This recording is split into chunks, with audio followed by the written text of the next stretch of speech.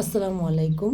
অনেকেই আমাকে অফলাইনে কিংবা অনলাইনে জানতে চাচ্ছিলেন, ইউটিউবে কিংবা ফেসবুক পেজে, যে আপু আপনি মুরগির বাচ্চা কয়েকদিন পর পর বোরিং করেন কীভাবে?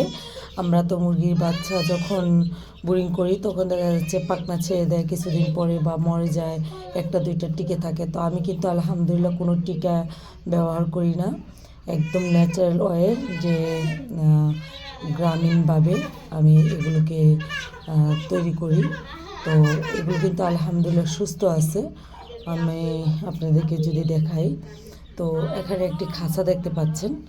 মুরগিকে বোরিং করার জন্য, মুরগির বাচ্চাকে সুস্থ রাখার জন্য অবশ্যই চেষ্টা করবেন একটা কার্টন কিংবা খাঁচা, তার মধ্যে লাইট ফিট করে দিবেন।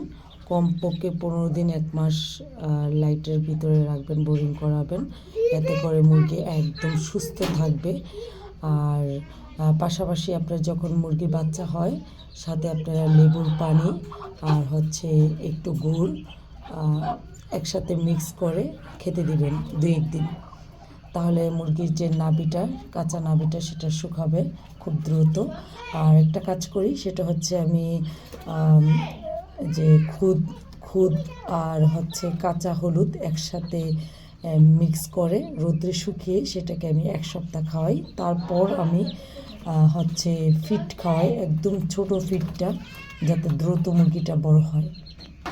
আমার হাতে যে মুরগির বাচ্চাটা দেখতে পাচ্ছেন, এগুলো কিন্তু অলরেডি কিছুদিন আগে আপনাদেরকে দেখিয়েছিলাম যে ছোট বাচ্চা মুরগি বোরিং করাইছি, ঠিক একইভাবে কিন্তু বোরিং করাইছি, কোনো টিকা দেওয়া হয়নি।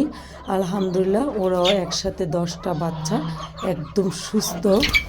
তো এই যে দেখতে পাচ্ছেন, তো এগুলোকে আমি ছেড়ে দিয়েছি যেহেতু একটু বড় হয়ে গেছে। আর ছোট থাকা অবস্থায় আমি এরকম করে বোরিং করি।